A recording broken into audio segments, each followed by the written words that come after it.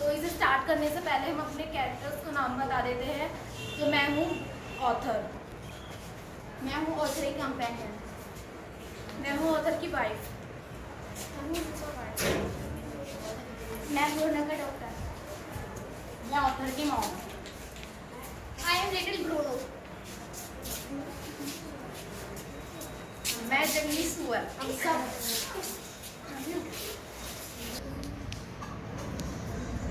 2 साल पहले हम मैसूर के निकट गन्ने के खेतों में से गुजर रहे थे।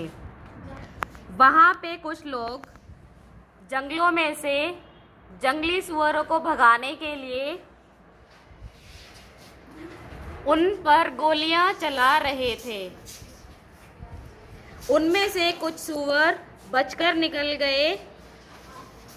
तभी हमने देखा कि एक काला आलसी भालू तेज धूप में हाँफता हुआ बाहर आया।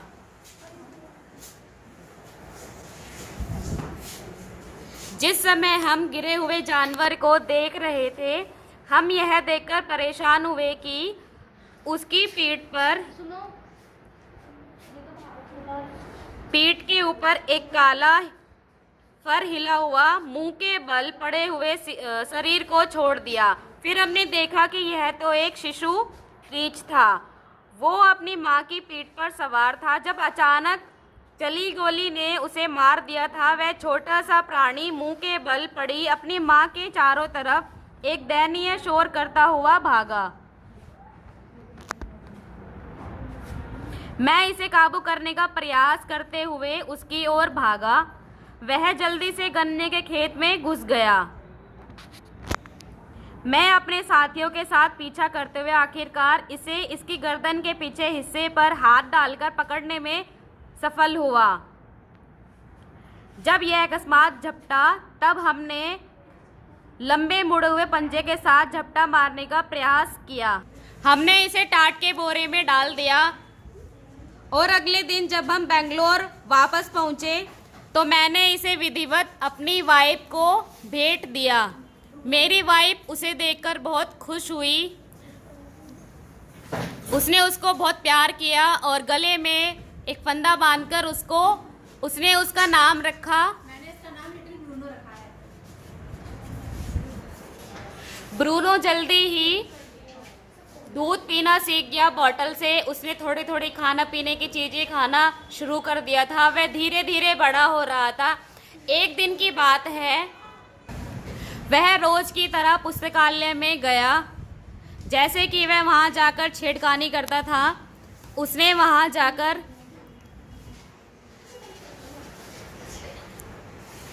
चूहों को मारने वाली मैंने एक दवाई रखी थी, वो उसने वहाँ पे जाके खा ली। अब जैसे ही उसने दवाई खाई, वह थोड़े टाइम तक तो पक्षाघात करता रहा। उसके बाद वह पैरों पर पेट के बल अपने चलते हुए ऑथर की वाइफ के पास पहुंचा। वाइफ ने देखा कि ब्रूनो को क्या हुआ है। वह उसे देखकर बहुत परेशान हुई। उसके बाद वो उसकी हालत को देखकर उसे डॉक्टर के पास ले जाती है। मेरी वाइफ ब्रूनो को डॉक्टर के पास ले जा रही थी। जैसे ही वो उसको डॉक्टर के पास लेकर पहुंची, डॉक्टर ने उसकी हालत देखी और उसकी हालत देखने के बाद मेरी वाइफ ने उसको बताया कि उसने क्या खाया है। उसने बताया कि इसने बैरियम कार्बोनेट खा लिया है, जो कि हमने चूहों को मारने के लिए दवाई रखी थी। उसके बाद डॉक्टर इसका इलाज देखने के लिए पुस्तक में कुछ खोजता है।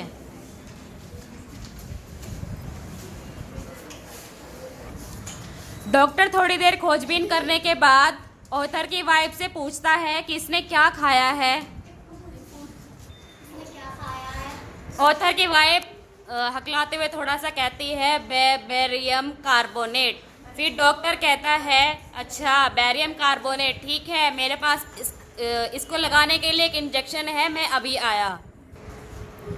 डॉक्टर इंजेक्शन लेके आता है और वो ब्रूनो को लगाता है। ब्रूनो की हालत बहुत ख़राब हो रही थी। इंजेक्शन लगने के बाद ब्रूनो को एक उल्टी होती है।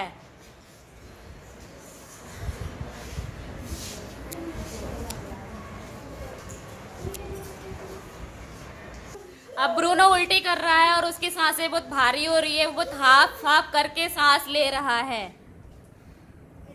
डॉक्टर कहता है ब्रूनो को पकड़ो।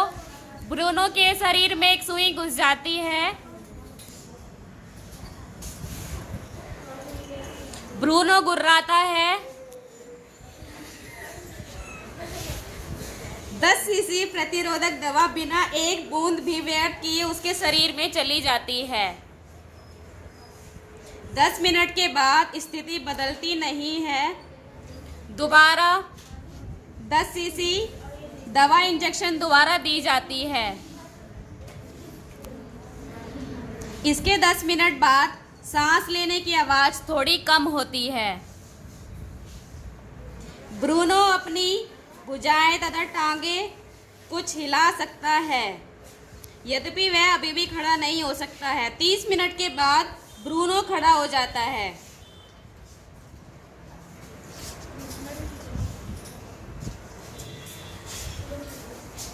अब ब्रूनो की हालत पहले से बेहतर हो चुकी है। वह अब बहुत खाना खाता है।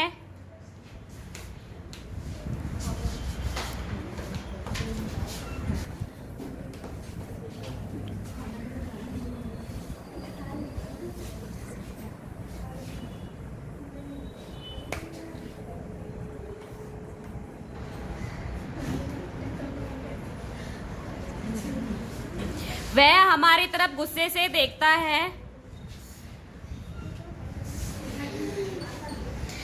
वह जैसे कहना चाहता है कि मेरी तरह के एक बड़े काले रीछ के लिए बेरियम कार्बोनेट क्या चीज है। ब्रूनो अभी भी खाना खा रहा है।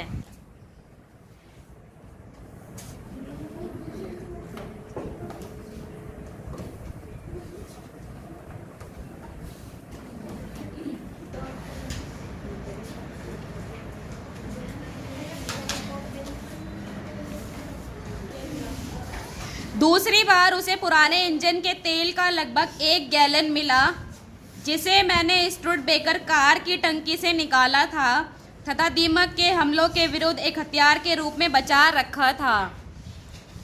उसने शीघ्रतापूर्वक बहुत सारा तेल पी लिया।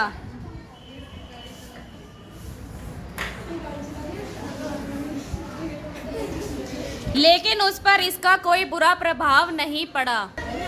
कुछ महीनों बाद ब्रूनो अब बहुत बड़ा हो चुका था। ब्रूनो शरीर में भी बहुत बड़ा हो चुका था, लेकिन वह उतना ही प्यारा था और उतना ही नटखट था। अब वह पहले से ज़्यादा शरारतें करने लगा था। बाबा अब कुछ एक्टिविटी भी करने लगा था, जैसे बाबा को कहो कुश्ती लड़ो तो वो कुश्ती भी लड़ता था।